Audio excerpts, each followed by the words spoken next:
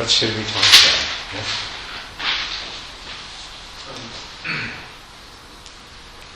I found that if we try to enhance the awareness, I feel like we need a kind of a force in the body. Okay, I try to catch the moment, don't lose my mind. Mm-hmm. But in another sense, we should relax. If our body not relaxed, means we are still wanting something, so it causes the tense of the muscle. Right. So how to balance the motivation and craving in the meditation? I don't know. You have to have motivation without craving, yeah. But craving in meditation is craving for particular kinds of experiences, either because they are satisfying in themselves, they're feelings of joy, happiness, bodily pleasure, things like that. But you can have desire for those sensations because of the satisfaction they give you. And then the other kind of craving that enters into meditation is it's satisfying the ego's need to have accomplished something, done something, succeeded. I'm doing just as good as I did before, or better than I did before. And so these are the problems. So you need to distinguish between healthy motivation and motivation that's driven by this kind of desire and craving. So the desire for the long-term goal of motivation, which you are not going to expect to have happen in a particular moment or during a particular sit, provides strong motivation without creating an attachment to that happening in the moment or to a particular experience. And other than that, it's a question of just recognizing, we all have those experiences of the craving, the ego gratification of success. And you have had them, you've recognized them, you'll continue to have them. So it's just a question of recognizing when that is arising and being mindful of it. There that is. Of course it's there. I still have an ego and I still have desire. So of course that comes up. And then you just let go of it. And likewise, when we have a meditation experience that is particularly pleasurable, and satisfying, and enjoyable, it's natural, completely natural for the desire to repeat that experience or to hold on to that experience to come up. And so it's not that it shouldn't, because it will, it's that you'll recognize it for what it is, and you will just be, in the same way, be mindful of it and let it go, let it be. If it's going to be there, let it go away by itself, rather than judge yourself at all. I shouldn't, oh no, here I am attached, I shouldn't be attached. Well, that's another kind of attachment, that's another kind of craving and judgment. It's the equanimity towards, yes, of course, these desires arise, but I don't need to let them be what compels me. And so you can come from a place of strong, wholesome meditation, and part of the letting go of desires is relaxing. If there's tension in your body, as you say, if you're aware that if there's tension in your body, it's because there's craving in your mind. Then at the same time that you relax the body, you let go of the craving. But in the meantime, you also mentioned that we need an inspiration to increase our energy. Yeah. How to? So that is, I don't know how to think this. What is the problem that you are perceiving in that? I think during meditation, maybe you are right. I'm kind of okay. I want to do a good meditation. I want to stay good, so I try to focus and use the force of the mind. I don't want to lost. And I try to catch every moment. But at the meantime, its body becoming the muscle become tense. Then realize that I relax it and come again. Yeah, that's it. It's just whenever you become aware of that, relax it and come back into the moment. And there is an element of trying, and it's hard to overcome, and that's I keep saying over and over again. You can't make anything happen. All you can do is create the conditions for it. The actual task that you perform in meditation practice is so simple that you can't really do it harder. If your awareness begins to diminish, bringing it up is not something that lends itself to doing harder. And so when you have this sense of trying harder and striving, you recognize, well, this is, I must be doing something that's outside of the practice. I'm imagining that I can force something to happen that won't. If I want to be perfectly aware in the moment, it's not a question of exerting to do something. It's a question of being aware, being alert, and not doing. Being completely present in the moment is not being caught in the past, and it's not being dragged into the future. Being in the present is more of a not doing. So if you're doing it properly, it's not going to be a really, trying to do kind of thing. It's a letting go. It's being here now. It's being here now. It's letting go of, even on the very fine scale of how I imagine that I'll be in a moment after I've succeeded in being completely in the present. Well, that's in the future too. The present is just the present. It's right here. It's what happens. It's what's happening at the moment. Being tense is what's happening in the moment. Letting go is what's happening in the moment. Just need to practice more. So yeah, and just keep practicing, and when you find yourself getting into that place of striving, doing harder, and everything else, realize that okay, I'm a little bit off here, and just relax, come into the present, and just remember what the practice is, and let go of that. Right? Yeah. I'm sorry. Please continue. I don't want to stop you. I want to make sure you come to it. Yeah. Okay.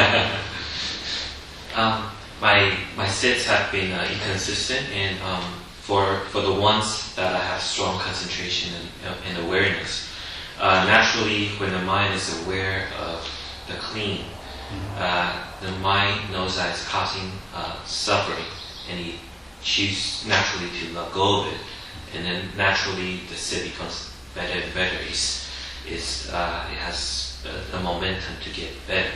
But there are times when the concentration and the mindfulness are not strong, and the mind clings, and it always clings to a few things. I know already. It's because I want strong, powerful, focus. I have a great desire for a very, very clear awareness, and I don't want to have any discursive thoughts. And then those are cleans. But the thing is, I have a coarse method of dealing with this. It's kind of like, the boy that never cares about chasing after girls, always gets the girls.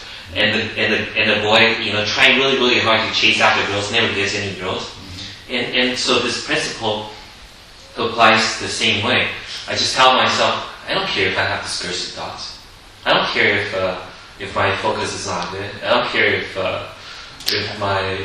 my awareness is not clear. And because I did that, and then the awareness actually becomes a lot stronger. Right. Yeah. The discursive thoughts actually is a lot less, and then I can gradually build up a momentum. Yeah. So my concentration and awareness actually gets strong enough, and he starts to be aware of the subtle cleans, and then it has the momentum. Yeah. But of course, it's a very coarse method. I hope there's a better way to deal with it than that. I don't know that it's so coarse. That's the very essence of it. It's recognizing that that you're clinging to something and making that shift instead of clinging and grasping, just letting go. So it's. I'm not. From what you said, I'm not sure I understand why you consider it coarse. It could be done coarsely, or it could be done subtly, I suppose. But it doesn't make any difference. The method basically is the method right there. It's just accepting whatever is happening in the moment and practicing appropriately, rather than wanting it to be in a different way. If you think about this, you recognize that if you're having thoughts arising, and you weren't earlier, then you're clinging to something that's past. That past state is over. It doesn't exist anymore. The only one that you have is now. And if your mind is clinging to what happened in the last sit, then you're not here now. Yes, but the reason why I think it's coarse is because I'm anticipating.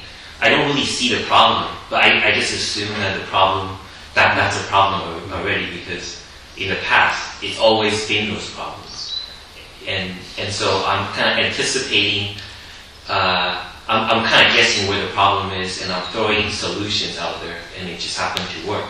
It's just very probable that's my problem once again. Yeah, and so it's not catered. It's not like a customized solution. Okay. But as long as it works, that's good. Yeah, it works. It works to a certain extent. Mm-hmm. Yeah. The problem comes is it works, and then you get attached to the idea that it's working. Yeah, and then you have a new problem because you expect it to work, so you have a new clean. Yeah. And then if it doesn't work, you're gonna get angry, and then you have a new set of problems. That's why it's coarse. Yeah. Right. And it can get into it can go on forever, but. Yeah, exactly. It'll go on forever. It's a very, very coarse solution. Yeah. And that's why it's important not to think about it too much. Just do it. Do the letting go, and then it's over with.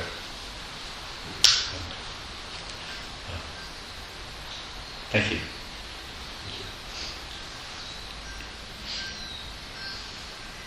Different kind of soul. What's that? No, forget it. Kind of. Soul? Soul. Soul? Kind of soft one. Soft.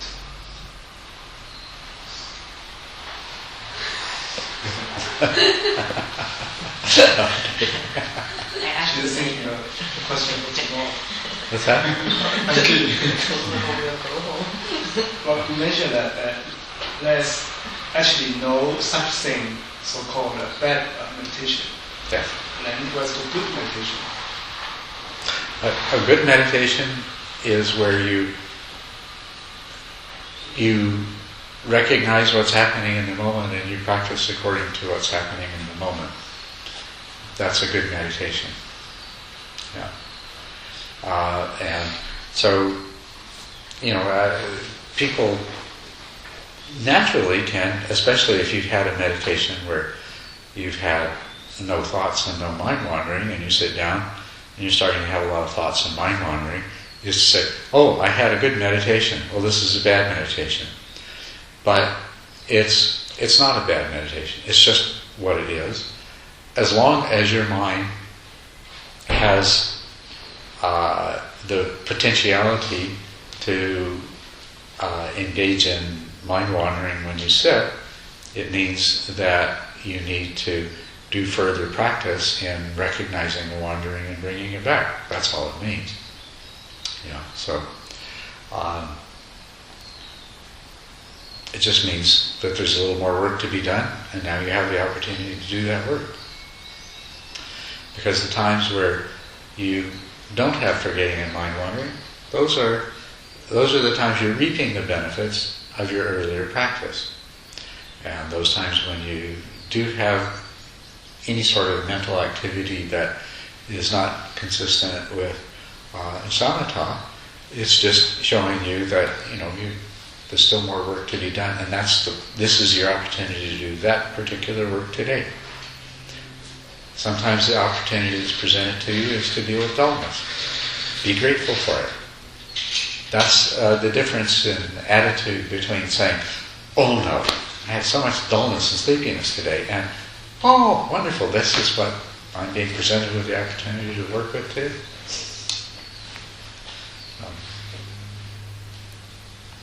Well, sometimes when we realize we lost, and we tend to think, it's too late, or it's too long, I lost too long. And because we have anticipation in that, I cannot lost too long. That's right. And when we complain, we lost too long. But we still can do it better gradually. Before it really lost, we can see the signs of the lost. That's right, yeah. How to. And that's what you want to, that's what you prefer to do, that's what you want to do, that's what you would like to see happen. But if that's not what's happening, that's not what's happening, but it is what will happen. And that's, the way that you overcome forgetting is by recognizing when the mind is being taken over by some distraction that is going to lead to forgetting before the forgetting actually happens. And then as you become more skilled, the way that you keep some background thought that has arisen from becoming a gross distraction and either standing side by side with the meditation object or displacing it, is just simply recognizing that it was there, recognizing that shift was starting to take place and correcting for it. So what is really changing is your ability to be aware on the one hand so that you can initiate correction, and on the other hand, in a subtle way, the corrections are starting to happen by themselves and be more and more automatic, so that there comes to be more of a flow to it. I think maybe my problem is this is my first day to do the sitting, I will not complain so much, because I will think, this is my first beginning of the meditation, so that's natural, so I lost 10 minutes. But maybe the problem for me is, I'm thinking that, I kind of did better when I sit at home. How can I retreat? I am not so good. So maybe that's the problem. So. That you're making comparisons and judging. Yeah. That's a good reason for being in the retreat. It's harder to have better practice because we're sitting a lot more. So it's easier for us to have pains and mental stress and etc. Because at home we can take a break. We can take a break for hours. And in the daytime we have a kind of a loss of mind so many times. So it's, by comparison, in the evening you say, we're really good, Exactly. Lost. Yeah. That's right. And it's easy to have pretty good concentration for an hour, but to have pretty good concentration for 6 hours, that's a different... Yeah. takes you to a new level. Because it's not exactly the most comfortable thing to be sitting for hours and hours. It's much more comfortable to be maybe lying or sitting in a couch or walking around, jumping around, playing sports. It's probably a lot more comfortable, doing those things. Sitting naturally, inherently, will have some discomfort. And there's all the different kinds of restlessness. Your mind craves stimulation. Your mind craves pleasure, and so. And when we play sports, it seems to relieve a lot of the stress and the anxiety, the worry, and etc. And over here, we just sit or walk slowly, which is, everything is slow. Well, and the retreat's over. Now, what you need to recognize is that for the first few hours or day or so, your mind is going to be much more open and sensitive, and you go out into the world. Don't put yourself in a situation where you're going to get bombarded with a lot of stimulation all at once. Try to ease yourself into it, and guard your senses, guard your mindfulness. You're going to see naturally a deterioration in the strength of your mindfulness and the calmness of your mind as you go back into the world and more things start to happen. But not only don't do something tomorrow afternoon or tomorrow evening that is going to bounce you right out of this mental state or overwhelm you with stimulation, because you'll be very vulnerable. But the other thing is, guard what you have. When you go home tomorrow, try to find some time to sit tomorrow night. Guard what you have. And the next day, and the next day. Try to, for as long as you can, preserve the quality of mindful awareness and concentration that you have built up here. And to the degree that you can, refresh it and renew it through every opportunity that you have to practice. But also, don't be surprised and disappointed that it's not going to stay, because, this very special environment supports a sustained level of concentration and mindful awareness, and your life in the world isn't going to support it as well. So don't be upset and disappointed and frustrated, but just go with what is. But don't allow yourself to be defeated too easily. Do everything you can to continue it and to build on it,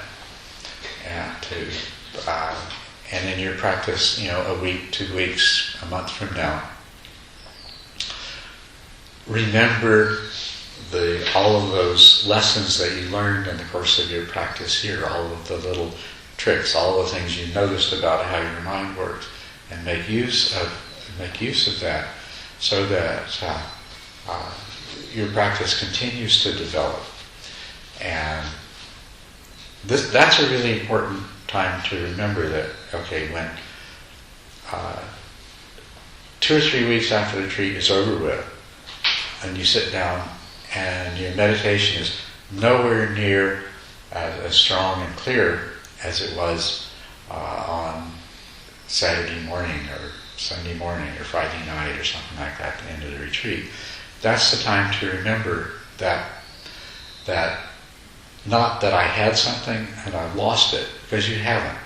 All of the training that you have done of your mind, it hasn't gone anywhere, but you now have the opportunity to do even more training. The world has stimulated the level of activity of your mind and has dispersed the focus. And so now you have the opportunity to do the exercise of practicing bringing it back. Okay, so you haven't really lost anything. It is only the appearance of it being less. So if we compare this meditation in retreat from this meditation sometime after a retreat, only on the basis of the degree of distraction or dullness that's present, we might find this one's not as good as that one. But if we could see a deeper level, we would see that if you've been keeping up the practice since the meditation, that the level of training of the mind, like the strength of the muscle, reached a certain level. We've had intensive workouts every day, and so it reached this level. If you've kept them up every day, it hasn't kept going up like this, but instead it's still gradually increasing. And so the level of training that you've accomplished it should be even greater, even more than it was when you left the retreat, if you've been maintaining the practice. Even though when you sit down, in the face of the distraction and the burdens and the fatigue of life, the manifestation may appear to be less. It's not really true, or shouldn't be really true. The only way it would really be true, the same way if you did exercise and you built your muscles up to a certain degree, if you quit working out entirely, the muscles are going to become weaker. But if you keep on working out, even though not with the same intensity, you won't lose what you've gained. You'll only add to it.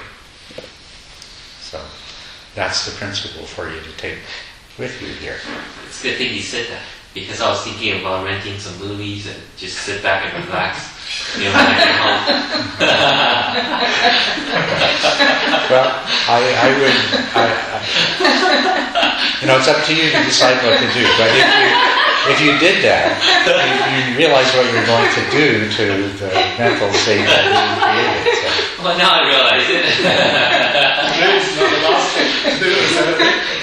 I was thinking, okay, tomorrow, I'm going to just borrow some DVDs and relax at home.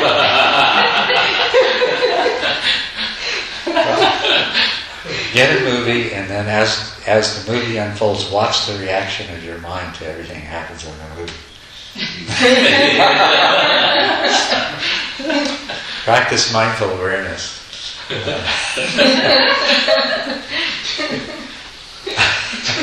Oh, there's ego identification. Oh, there's judgment. Oh, there's desire.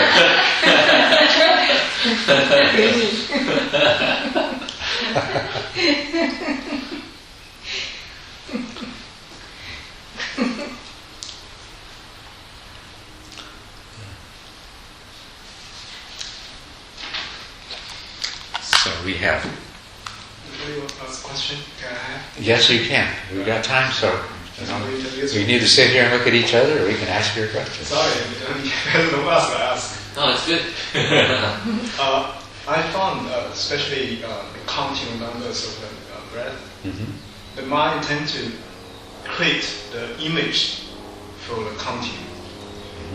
It's kind of a line.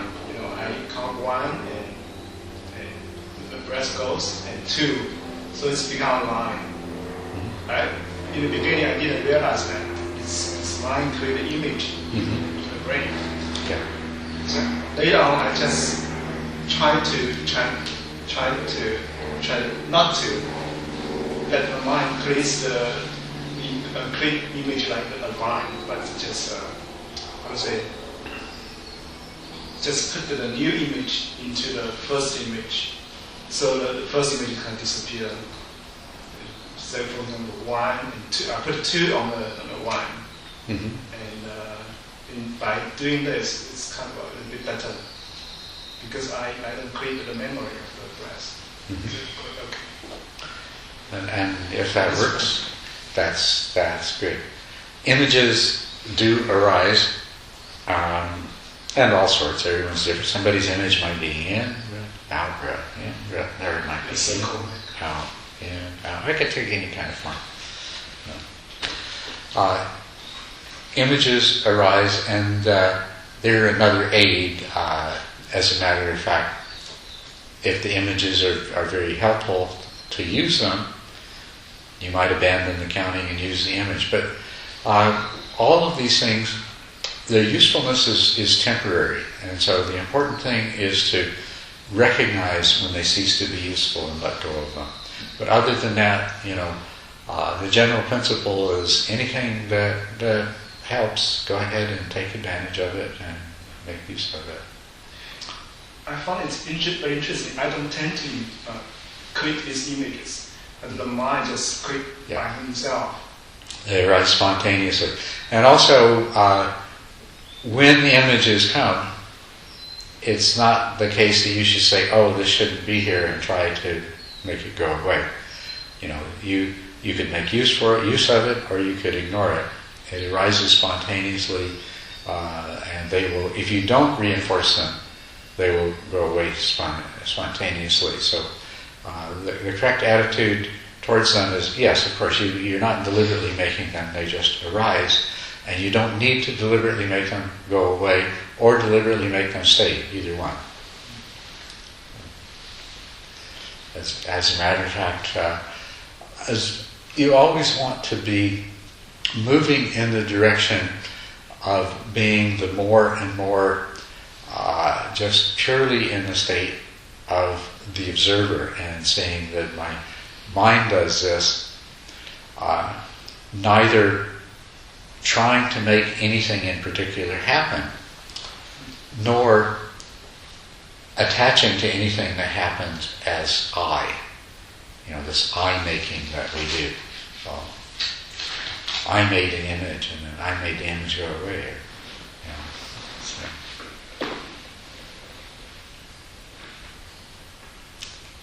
Thank you. Good questions.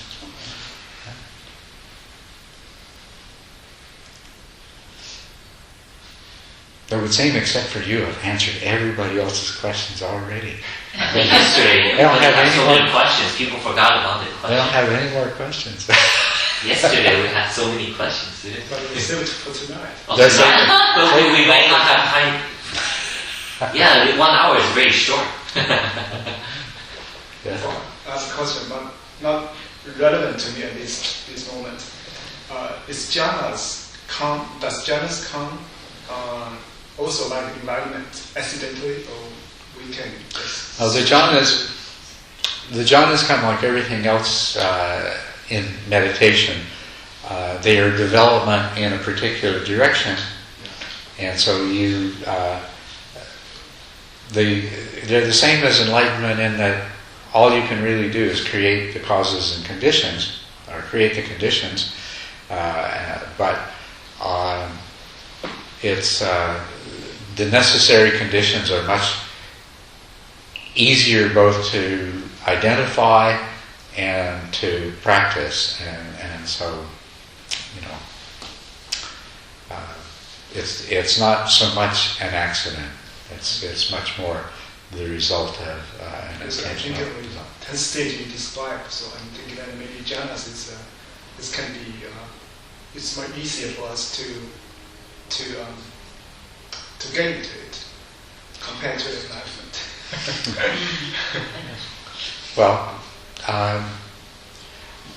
yes, the jhanas, and there are light jhanas that don't involve as much concentration, and then there's the deep jhanas, which you can do at stage 10. And with the principle that until you are completely enlightened, you keep creating the conditions for your enlightenment. Jhana practice is one of those conditions, so that at a certain point in your stage, if you haven't already achieved the final goal, or perhaps even if you have, but if you haven't already achieved the final goal, then you may choose to practice the jhanas as a way to continue creating the conditions. Yes? Are you sure? Thank you. Yesterday you were saying that if there's a pill for us to take and then we'll all achieve like the highest jhanas, you wouldn't want us to do that because we would not learn a lot of important lessons that we would have learned through going through the hardship, dealing with a lot of the problems. Can you describe the list of the things that you hope us to learn in the process of achieving good meditation? Okay, that's a very good question. In the process of achieving good meditation, what I'd like you to achieve are the insights, beginning with an understanding of a purification of view, of recognizing that the reality is a series of conscious experiences, one after another, that you have. That's what your life is. That in those conscious experiences, there are two kinds of objects that are possible, and that's sensation and mental objects. And that you recognize in the process of this that the concept of self and the feeling of self are not always present, that they are optional, that both the idea of self and the feeling of self are just examples of mental objects. And in terms of mental objects and sensations, there are five general kinds of sensations corresponding to five senses. Mental objects are all of those things that are known directly to the mind. Thoughts, memories, ideas, emotions, feelings, pleasure, unhappiness, things like that. These are all mental objects, right? So it's coming to recognize, seeing very clearly and realizing that not only in meditation, but throughout your entire life, it's been a sequence of experiences, and there's sensations and there's mental objects. Seeing the relationship between them, that sensations arise and that we're barely aware of them before the mind's already put a mental object in place of it. So that you hardly even hear the sound before the mind puts the concept of bird there, right? Yes. So you start to recognize. To learn that... And I'm sorry, if I may ask you to, because I do see that, but what is the relevance of seeing, how it's like when we're meditating, like when I'm not sitting very, very well, and I feel a sensation, and the mind will have an image, and then this image will be changing, flowing, moving, and then the sensation is gone, this image correspondingly kind of fades, and then I feel another sensation, and mine kind of has a... So what is the relevance of this? Well, the relevance of this is that this is what's happening all the time. Sensations are arising, and the mind is superimposing a concept, and that's what we're like a really hard concept, but in fact it's based on something just sensation. That's what we're really, we say, I'm out in this world experiencing the world, but what it is that we're having sensations and we're superimposing concepts on it. So we're living in a world of our mental formations. I see. And also noticing that most of the time that there's a difference. When you look at sensations clearly, you see that any sensation is made up of many very small parts that arise and pass away in rapid succession. And that they leave an imprint on the mind. And so what you are attaching your concept to, your mental formation, is a pattern within sensation that's gone on long enough. An example is that... Like in a minute? Oh, I'm sorry. No, not like in a minute. It's like, if there was a song that you knew really well, and I played it one note at a time, but I waited a minute between each note, you wouldn't recognize it, would you? Right. If I play it quickly, each note is already disappearing before the next note comes. And even if it's a kind of instrument where the note lasts a while, by the time we get 2 or 3 notes into it, the first note has already completely disappeared, right? How do you recognize a melody when each note arises and passes away? It's because your mind keeps reverberating these sensations. And when you get enough of them together at once, you recognize, that's my favorite melody, right? Okay. It's the same way with all sounds, all tactile sensations, everything you see, that it comes in bits and it's assembled by your mind into a whole, and then it's labeled. But also, what you'll discover is that,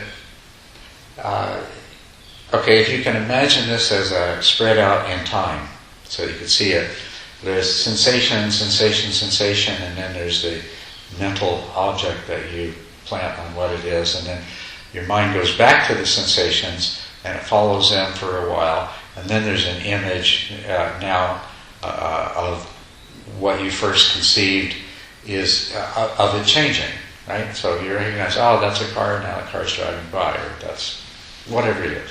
It changes. You spread it out in time, you realize that your mind only touches in on sensations here and there. Most of what your mind is looking at is the concepts it generates. Mm-hmm. And as a matter of fact, the fact is that mostly what we're looking at is just the concepts. We're hardly aware of the sensations, and that's how come we can fool ourselves and not see what's really there, but we see what we expect to see. Anyway, in meditation, just becoming aware that sensations and mental objects are related in this way, that sensations are not usually perceived very clearly, because what we perceive is the mental object by which we recognize that sensation, and that predominates. And these loom large in our consciousness, and they last a long time. And so that's the world that we're living in. In meditation, when you have the what I'd like you, not everybody would have this experience, but what I would hope that would happen is that you will learn to examine the actual sensation without the concepts. Right? With the breath, you examine the sensations of the breath. And at some point, if you're examining that closely enough, you're not even sure what's in-breath and out-breath anymore. Because in-breath and out-breath are concepts. They're not in the sensation. They're something that you added to it. And if you really pay attention to the sensations, there is no in-breath and out-breath. Mm-hmm. And if you pay attention closely enough to the sensations, they seem like substantial things that arise and pass away. Oh, there's warmth that arises and it passes away. And then there's touch and it arises and it passes away. But you come to realize that it's all changing constantly. There isn't warmth that's there in the same way.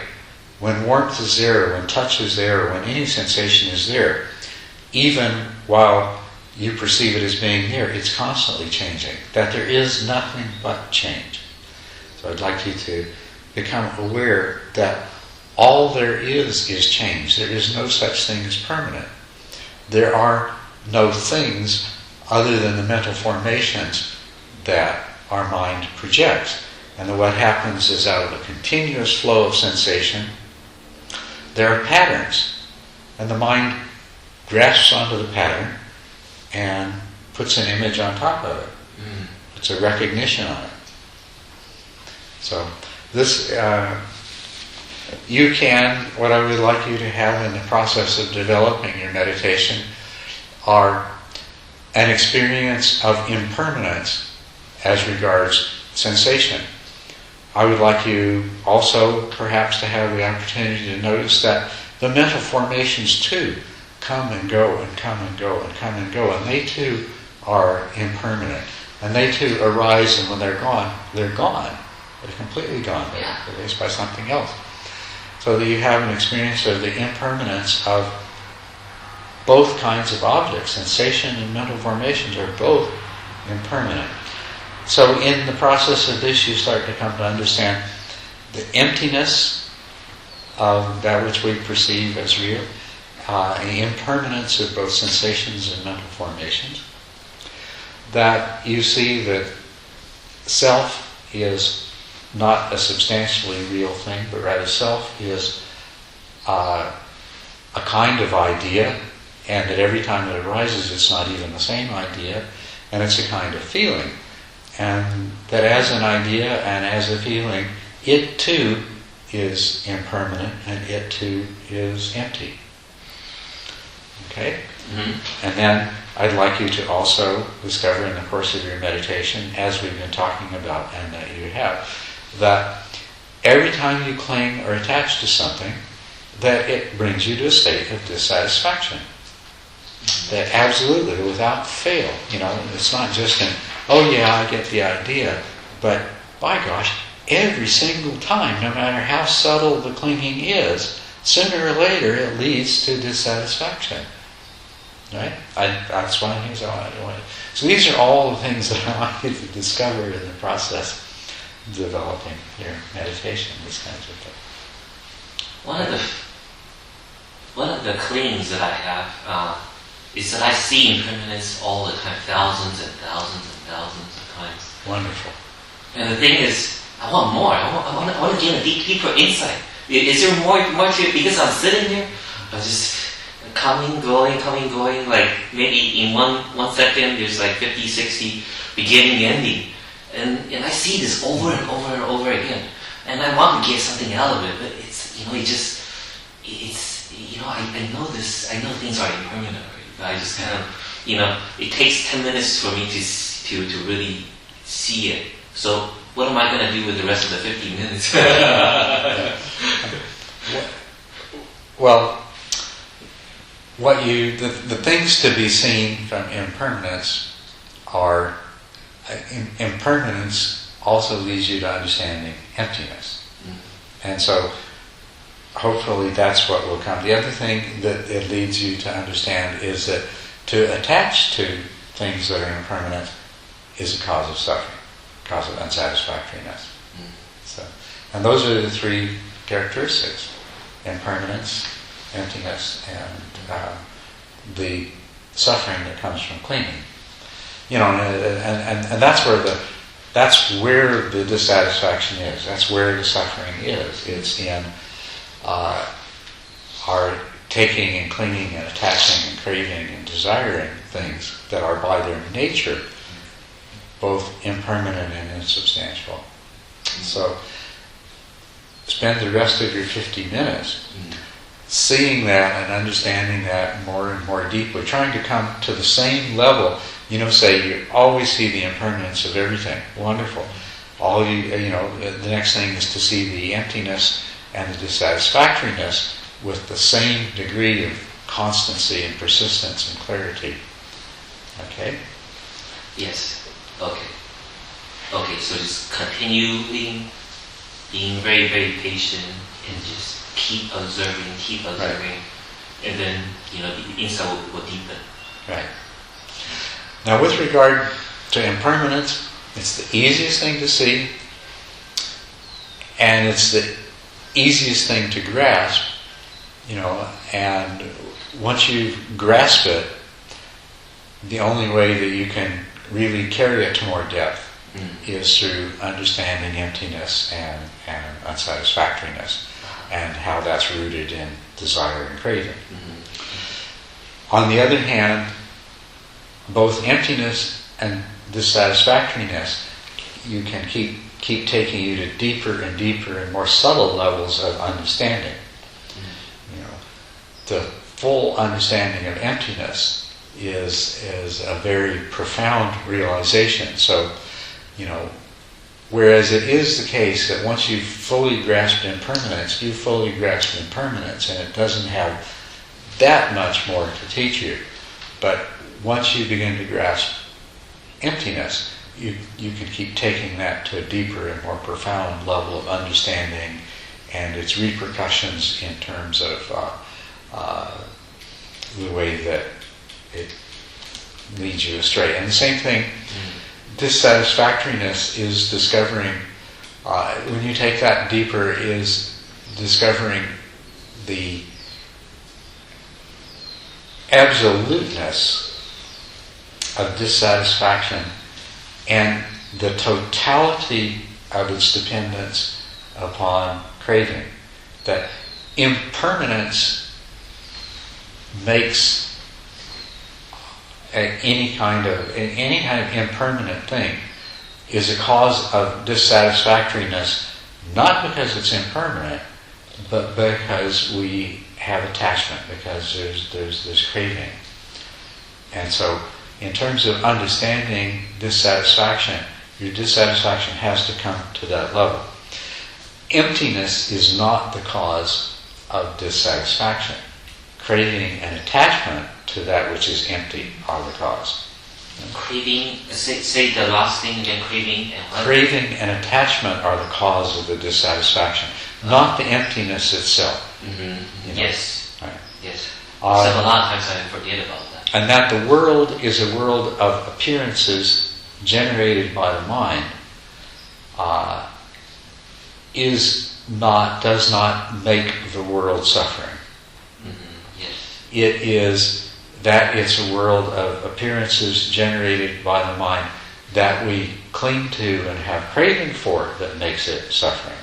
Which is why last night, as Sue was saying, so are you say, is this a sense in which samsara and nirvana are the same? They are the same. Somebody might think that, as long as there are forms arising, as long as there are appearances, that this is suffering, because all appearances, all forms, because they're empty, they're all suffering. And that's not true. They're actually perfect as they are, but it's if we crave and cling, then they are suffering. That's what makes them suffering. So, in terms of insight into suffering, you want to keep going and going deeper and deeper in the direction of that realization that the second truth, the cause of suffering, is not that we exist. The cause of suffering is not that things are empty. The cause of suffering is that we crave and cling. So, I'm sorry, I don't want to. Yeah, okay, nobody else has a question. Quite often in the past, I thought I realized something, but then, later on I gained a much deeper insight into what seems to be exactly the same thing. Exactly, yes. So right now I feel like, okay, I understand all the concepts. I think I know it quite well, but I can know it way, way, way deeper. Mm-hmm. So therefore, it is worth all that time on the cushion to investigate further. And that's what I should be. Yeah, just keep deepening the insights. Yes. Okay. Thank you. Welcome. Yes. Do you mean our mind isn't pure or clean enough? It's difficult and impossible to reach deep jhana.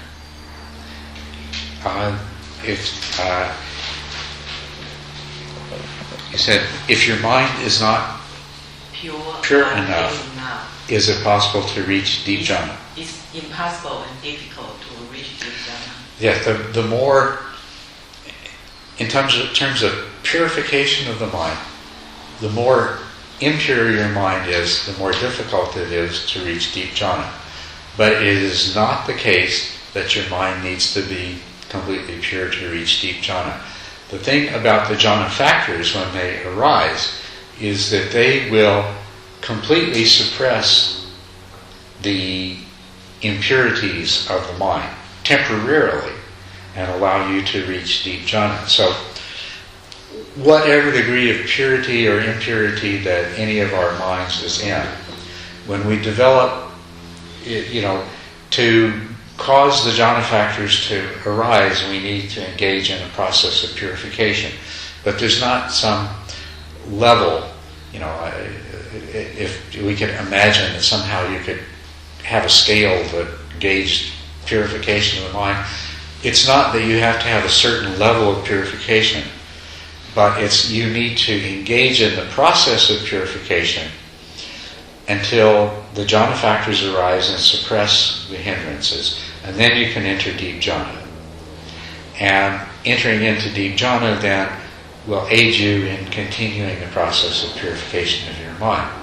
But it's not like that there's a minimum level that we could point to. It's just that the more purification of mind there is, the easier it will be to enter into the jhanas, because the more quickly you come to the arising of the jhana factors and the suppression of the hindrances.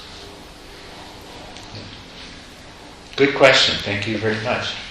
Yeah. I think we have chance to reach jhana. Yeah. Yeah. But can we say the aware-trained mind can switch very easily to different mind states, say to absorptive state and to the normal state? Yes, it naturally becomes easier to switch between those states. And also, the qualities of samatha and jhana start to persist longer and longer. The jhana factors of joy and happiness, tranquility and equanimity start to be easier to sustain even as you go out into the world and start engaging in different things. You'll find they're still there, but they're eroded by your interaction with the world. But the more you practice and the more time you spend in jhana and in samatha, then the more resistant they are to being eroded by conditions of the world. Now the result of that is you're in a deep state of meditation, you get up and you do all these things, and then you go back and sit down again.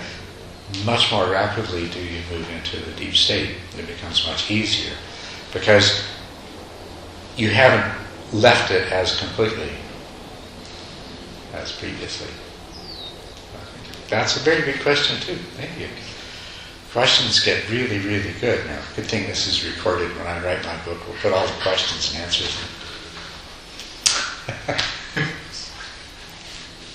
I notice some of my best vipassana meditation is actually when I'm not sitting, when I'm just about to get ready to go to bed, lying there, just being extremely mindful. I'm actually, I have better results with that than a lot of my sits. And I'm guessing the reason is because when I'm sitting, I have a lot of expectation.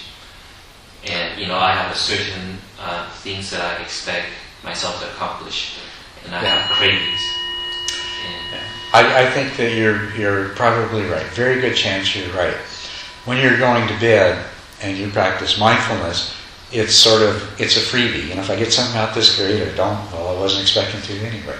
Right. So you don't have those expectations. And the worst thing I get is I fall asleep. That's right. Which is what you're planning to do anyway. On the other hand, you sit down to practice. Okay, it's, I'm investing time. I'm investing energy. I better get something for this. Yeah.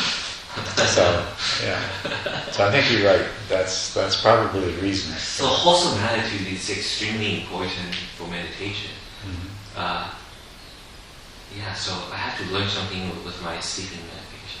Like wholesome, not clean, just sit without any clean or expectation and just relax and enjoy. Gives you an urge to go and have a nap just so you can do it.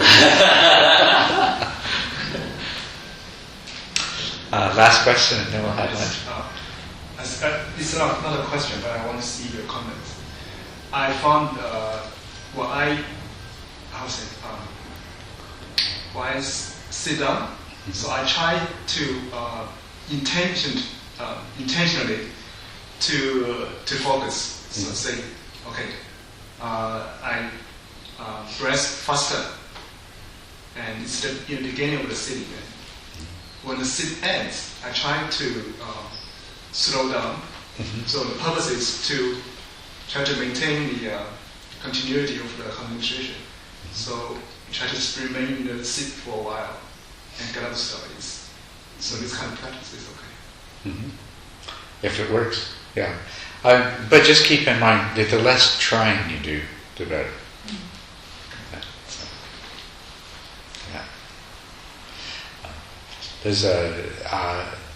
There's holding an intention, and then there's trying in the sense of making an effort and trying to be the creator of the result, and so try to be aware of that difference, and to hold an intention is one thing, and that's very positive, to formulate an intention or make a determination and just hold it in your mind, and then try to catch yourself when you get into that role of I am going to make it happen, sort of thing. Let go. All right. Well, thank you all very much for all of this good material, and I now get to include it in my book. It's gonna be like 5,000 pages. It's longer all the time. Many different volumes. All right. Okay.